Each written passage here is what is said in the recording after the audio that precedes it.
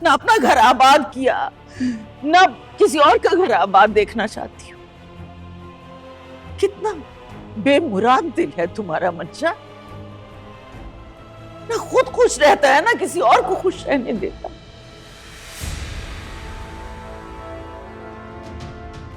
क्यों उस घर में गई तो तुमने सीरत का घर नहीं, उसकी जिंदगी तबाह कर दी। यहां आई हो तो मेरे बच्चों की जिंदगी में आग लगा दी है। खुदा के लिए हमें माफ कर दो, चली जाओ यहां से। बस कर दे पुप्पो, बस कर दे। सारे जमाने की बुराइयां मेरे ही अंदर है, सारी बदकिस्मतियां मेरे साथ जुड़ी हैं। मैंने कुछ नहीं किया, मैंने ज़ारा को नहीं कहा अपना घर छोड़ के जाए, वो खुद छोड़ के गई है। वो तो बहाना ढूंढ रही थी घर छोड़ने का, तलाक मांगने का। उससे तो बहाना मिल गया तो वो चली गई। आपने उसके तो हाथ पांव नहीं जोड़े, उसको तो नहीं रोका आपने। मैंने तो अपना रिश्ता शुजा के साथ एंड तक निभाने की कोशिश की थी। मैंने नहीं कहा था उसको कि मुझे छोड़े, मैंने नहीं कहा था कि सीरत को मार डाले। मैं तो सीरत के साथ भी निभा कर रही थी। मैंने अपना घर बचाने की कोशिश की, उसने नहीं बचाया, वो चली गई। मैं इतनी गुनाहगार भी नहीं हूं जितना आपने मुझे बना दिया। गुनहगार हो या नहीं हो, ये फैसला करने वाली मैं तो कोई नहीं होती, अल्लाह बेहतर जानता है। लेकिन खुदा के लिए मेरे हमजा को इस गुनाह और बेशर्मी की जिंदगी में मत घसीटो। फुप्पो वो दूसरी शादी करना चाहता है, ये कोई गुनाह नहीं है, उसका हक है। और बेशर्मी तो तब होती ना जब मैं उसे छीन के ले जाती आपसे, ज़ारा से, या कहती कि ज़ारा को छोड़ो फिर मुझसे शादी करो। मैं तो दूसरी बीवी बनने को तैयार हूँ। प्लीज फुप्पो, आखिरी बार मेरी एक बात मान लें। प्लीज मुझे शादी करने दे हमजा से। हमजा को इजाजत दे दे ताकि वो खुशी खुशी मुझसे शादी कर सके। प्लीज। आप तो खुद ही चाहती थी ना कि मैं सुकून से रहूं, सेटल हो जाऊं लाइफ में। तो मेरी खुशी हमजा से है, मैं उसी से शादी करूंगी और किसी से नहीं। और अगर मेरी हमजा से शादी नहीं हुई ना तो मैं अपने साथ कुछ गलत कर बैठूंगी और ये गुनाह भी फिर आपके सर जाएगा।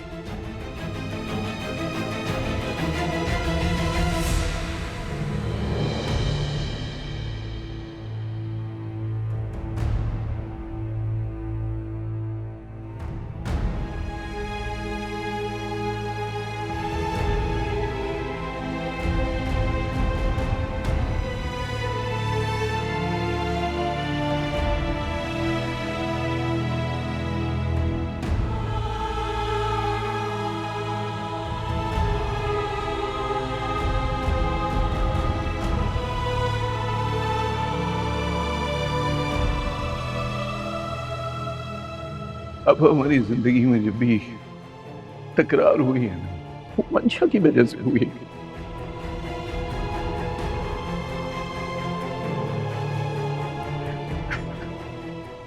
वो हमेशा मुझे कहती थी कि आपको सारी खूबियां, सारी अच्छाइयां ज़ारा में ही नजर आती है, हमारी बेटी तो नालायक है।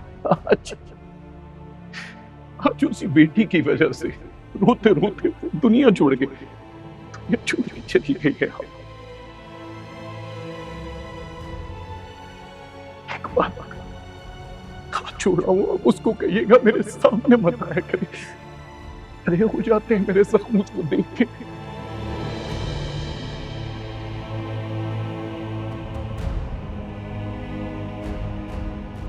अल्लाह जाने किस मिट्टी की बनी हुई हो तुम मंशा। तुम जो बन गई हो उसके सामने खून और तरबियत दोनों ही शर्मिंदा हो रहे हैं।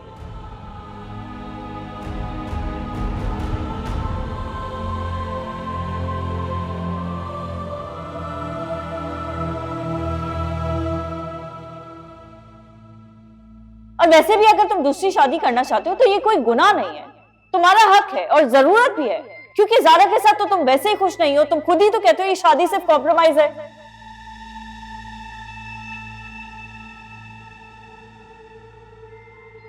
हमजा, ये क्या सुन रही हूं मैं?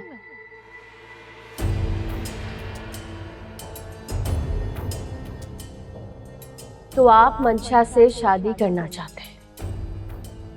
हाँ, हमजा मुझसे शादी करना चाहता है, लेकिन तुम्हारी वजह से खामोश है, तुम्हारा दिल नहीं दुखाना चाहता।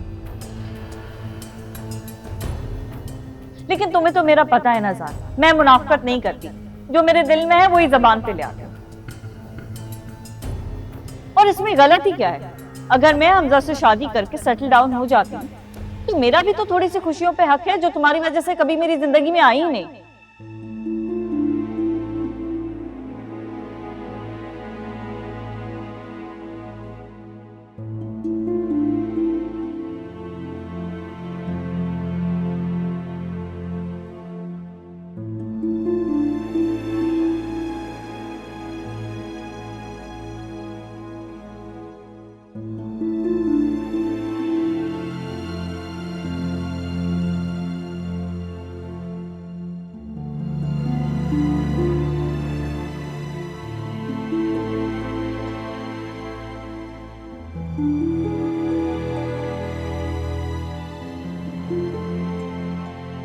क्या बात है?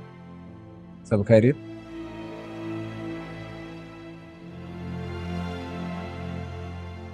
कहीं जा रहे हो? जा नहीं रहा था, वापस पलटने की कोशिश कर रहा था।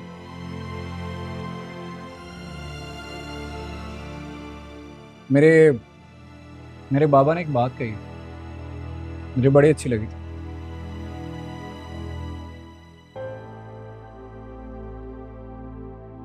उन्होंने कहा था कि जब कुएं का पानी कड़वा हो तो घड़े की जात क्या देखनी।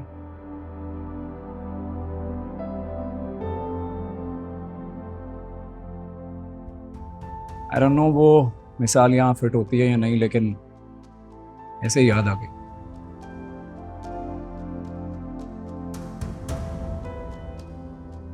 तुम अभी तक ये फैसला नहीं कर पा रहे कि तुम मंशा को सबक सिखाना चाहते हो या तुम्हारी मोहब्बत के पुराने जख्म तुम्हें दर्द दे रहे हैं।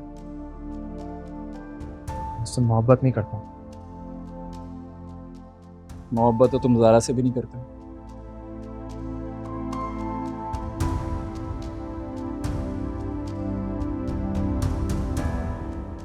मुझे एक बात समझ नहीं आती कि तुम्हारी अपनी कोई विल और विश नहीं है क्या? किस तरह के इंसान हो तुम? पपेट हो ना, मुझे बहुत अंडर एस्टिमेट करता। मैं तुम्हें अंडर एस्टिमेट नहीं कर रहा, मैं तुम्हें प्रूव करूंगा कि तुम दिमाग से नहीं दिल से सोचते।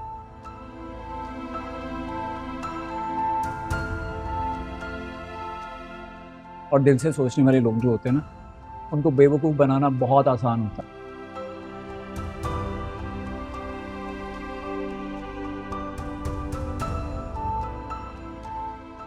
इस दुनिया में सिर्फ दो ही लोग हैं जो तुम्हें कंट्रोल कर सकते हैं, एक मैं और दूसरी ज़ारा।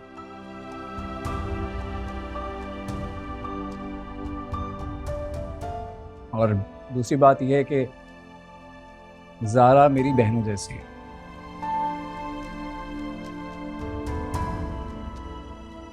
उसको सिर्फ मैंने बहन कहा नहीं है, माना भी है।